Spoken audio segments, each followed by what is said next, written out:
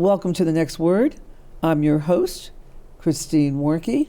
On today's segment, we have Keith Krom, the visionary founding chair of the Watergate Museum in Washington, D.C. On June 17, 1972, an historic event occurred that would later bring down U.S. President Richard Nixon. Keith Krom is a leader with a deep commitment to historical preservation and public education. Keith has been instrumental in shaping the museum's mission to illuminate one of the most pivotal chapters in American political history. His stewardship, strategic insight, and unwavering dedication have transformed an idea into a nationally significant cultural institution. Keith Krom's leadership ensures that the lessons of Watergate remain accessible, relevant, and powerfully told.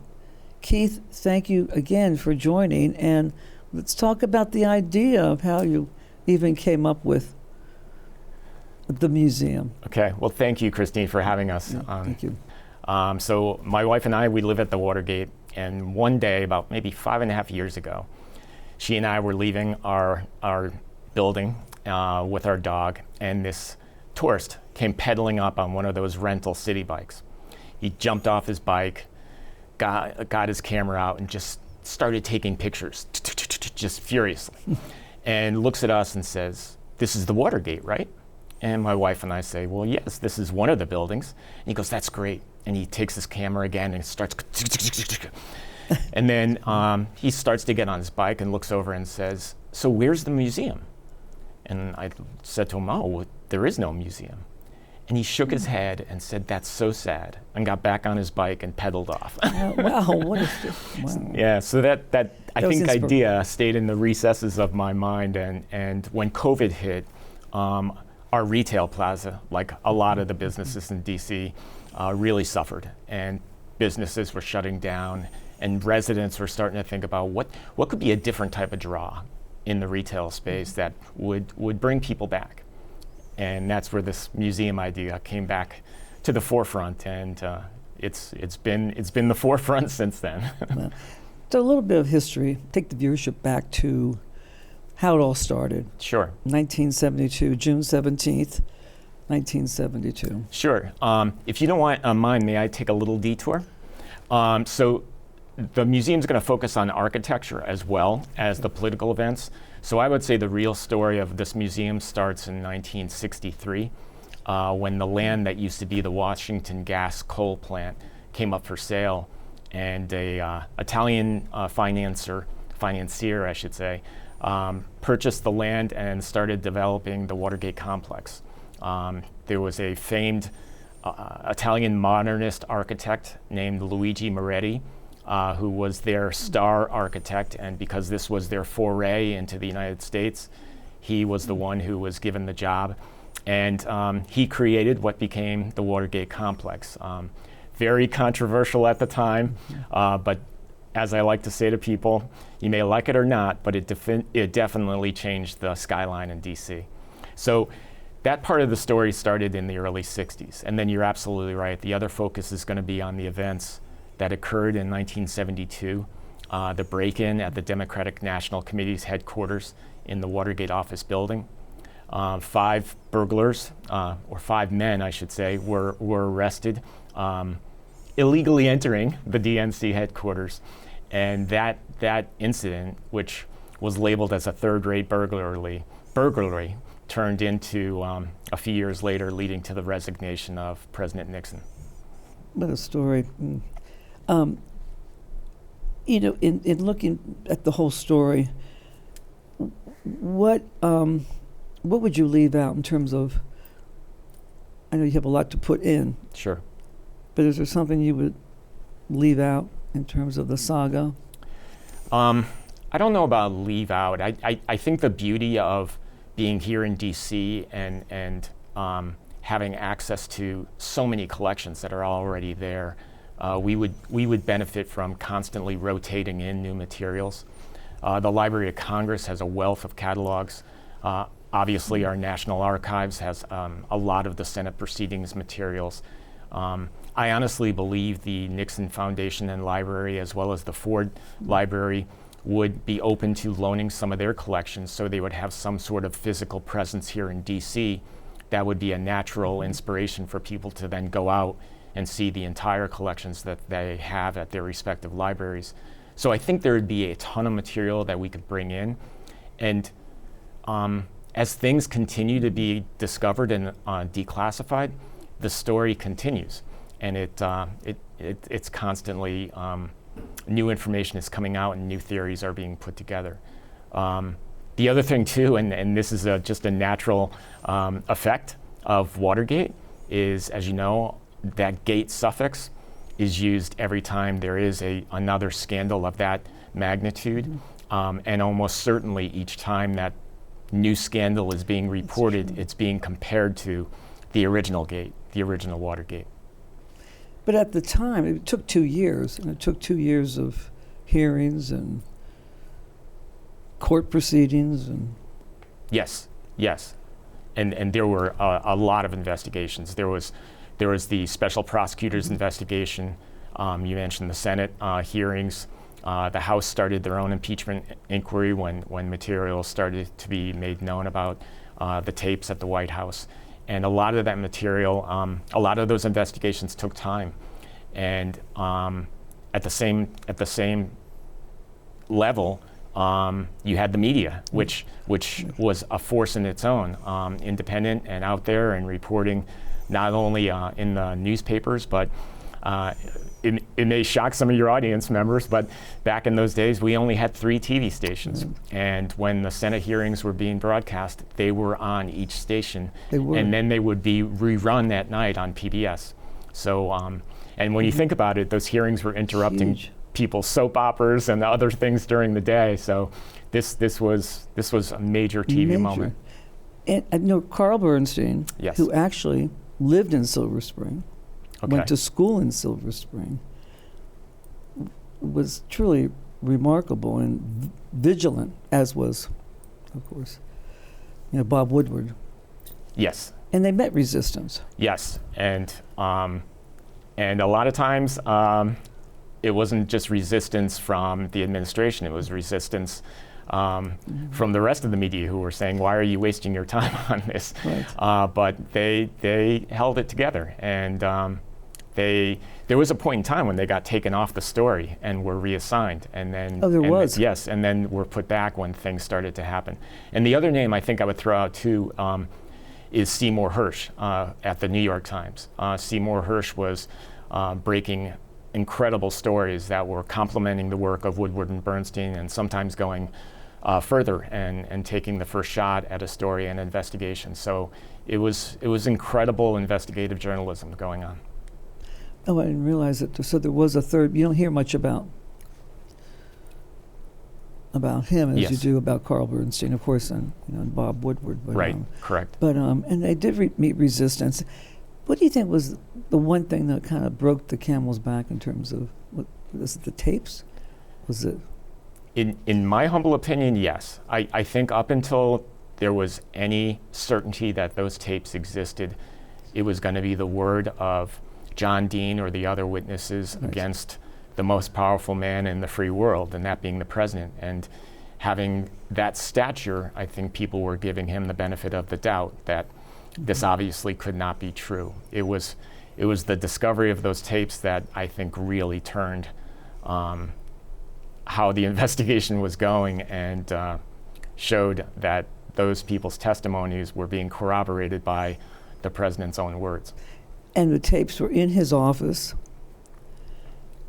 and his assistant secretary. Yes. The famous assistant secretary. Yes, it was, my understanding, it was a very, very intricate taping system. The president had an office also in the old executive office building that was wired. There were rooms in the residence that were wired. And the other thing too was they were all voice activated. So they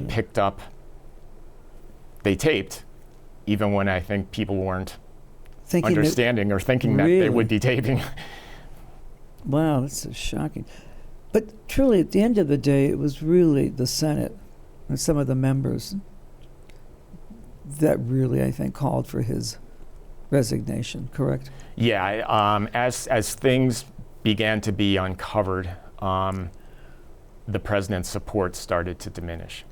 And again, as those tapes were being listened to and the transcriptions being shared publicly, there were some people who were diehard supporters of his that eventually said, we can't support you anymore. And I think that's what deeply affected his decision to resign versus trying to fight out the impeachment. Was one of them Senator Scott of Pennsylvania? I believe so. Yes. Yes. Yes. So that was and the tapes, we don't know where the tapes are at this point. The tapes, they were part of the National Archives, and I know initially the Nixon Foundation had them before they became part of an agreement with the archives that they be released. But to the credit of the Nixon Library and Foundation, all those tapes are available online and could be listened to. Oh, they are? Yes. Wow, that's shocking. What amazing. Yes. So in terms of just some of the challenges that you face right now with the museum, in trying to identify some of these other artifacts, are you finding that people are coming to you and offering? Yes. So there are a lot of the key players who already have donated their papers to certain institutions. So again, I think that would be worth future negotiations for loans and research. But there are people who have seen stories about the museum and have reached out to us and said, my uncle or my dad used to be so-and-so, and I have some materials that are left over, and would you be interested? So our big issue right now is space and storage, but we've asked them where we can to say, please store those for us, and we would definitely be interested. And personally, it's been very rewarding as well to just meet these different people and hear the stories of what they experienced growing up with it, and hearing the stories of their relative or loved one who was more directly involved. And there was quite a few team of people. Yes. Including, of course, all the members and all the legal teams. And sure. It was huge. Yes, both members of the legal team who were part of the prosecution, but also some of the key lawyers who were representing the defendants as well. A lot of these lawyers were very, very top-tier DC criminal lawyers who were pulled in to represent these defendants. So yes. Wow, that's great. So we're going to take a short break, and when we come back, we're going to talk a little bit about the next steps that you see for the future of the Watergate Museum. Okay, thank you. We're going to take a short break, and we'll be right back.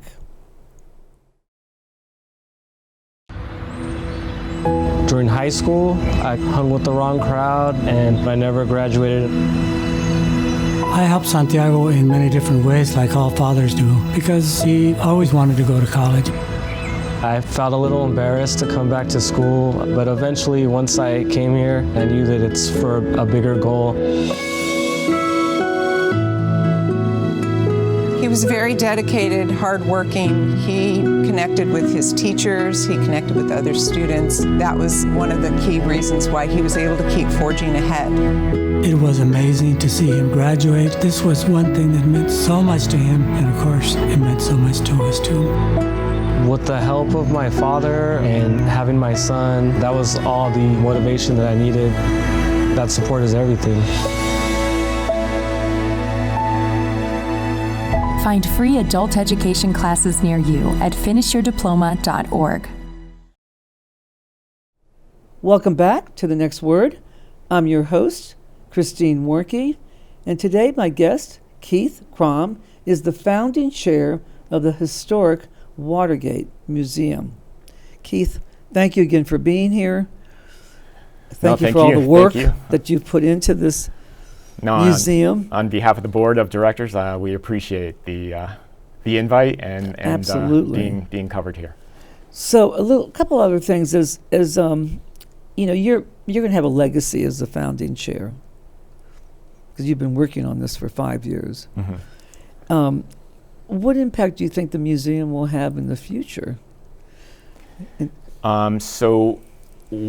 When we do open our true brick and mortar museum, we're going to design the exhibits in a way that people come in. They experience the architecture, they experience the scandal, the salacious details of the break-in.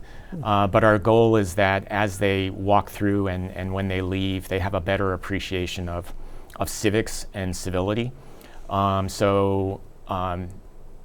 the goal is they'll better appreciate our system of government, the institutional safeguards that are in place in the Constitution, how those safeguards were tested during the Watergate scandal, and how they survived.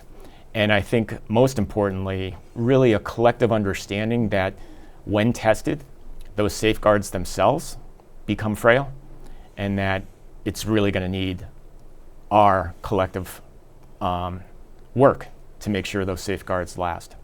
So that would be it, that people really come in for what they want, but they walk away with either a new or a refreshed understanding of our government. Because it was 54 years ago. 54, Amazing. Yes.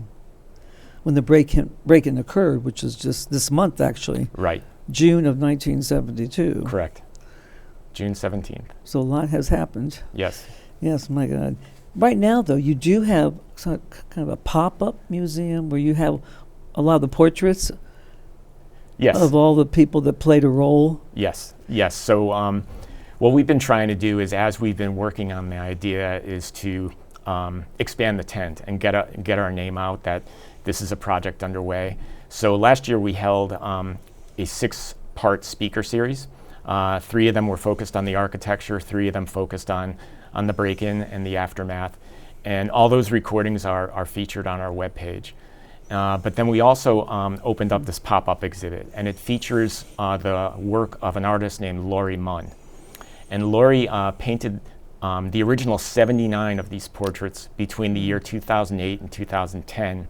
And she actually exhibited them in 2012 for the 40th anniversary of the break-in at that time.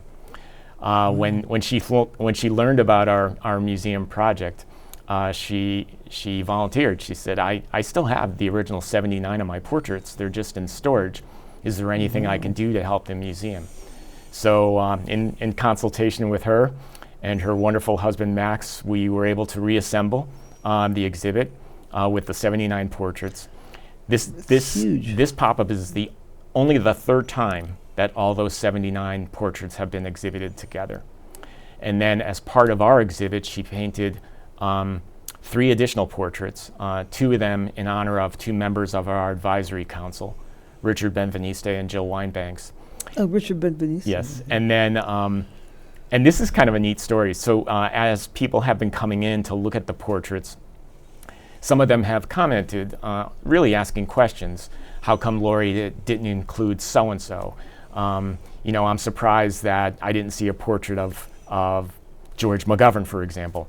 And we were keeping a list. And in one of our status calls with Laurie, I mentioned, you're getting a lot of questions about your creative process and how come you didn't include certain people. So she was very curious, and she said, well, what's the most popular one? And I said, Barbara Jordan. And she was sort of taken aback. And she says, I cannot believe I did not include Barbara Jordan.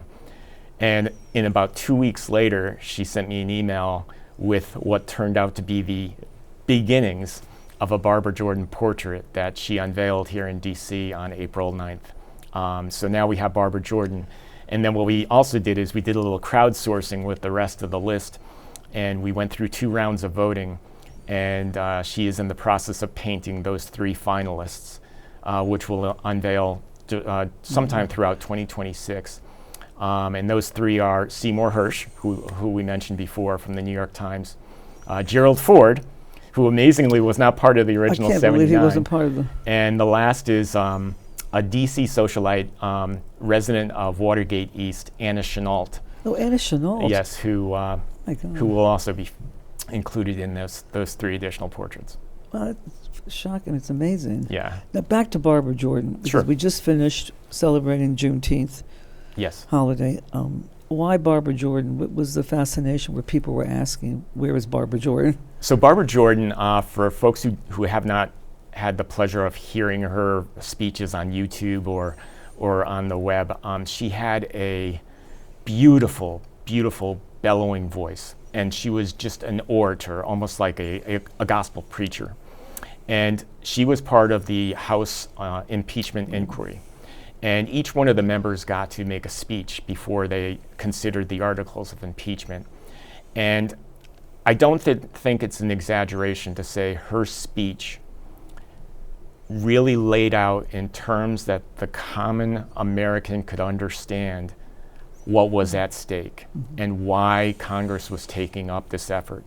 And her speech is just memorable in invoking her own experience with the Constitution and what's provided by the Constitution, how long it took for Black and African Americans to benefit from the same provisions we all did in the Constitution, but by the same token saying this is why the House of Representatives has to take up this issue. And it's just, I recommend searching her online and finding that speech, because you'll get goosebumps.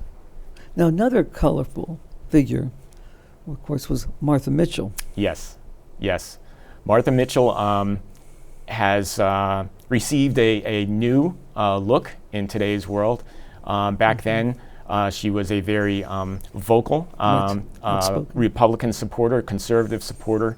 And when she became aware of the break-in and the implications of that, she primarily thought that they were setting up her husband, John Mitchell, to be the scapegoat.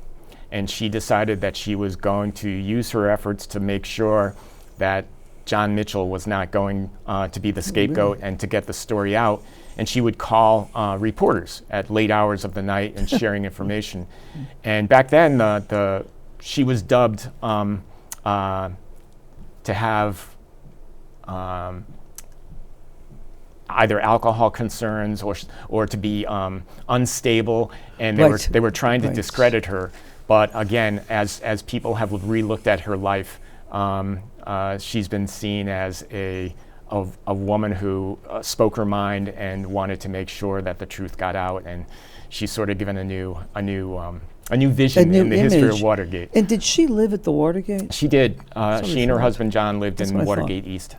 Yes. Right. That's what I thought. 'Cause I saw you had the large, kind of the cutout of her. Yes. The cutout of her. Yes. For our opening, we had the cutout available so people could take photos with her for social media purposes. But it's such a fun image of her that we kept it. I mean, she was remarkable when you think back of her whole. Yes.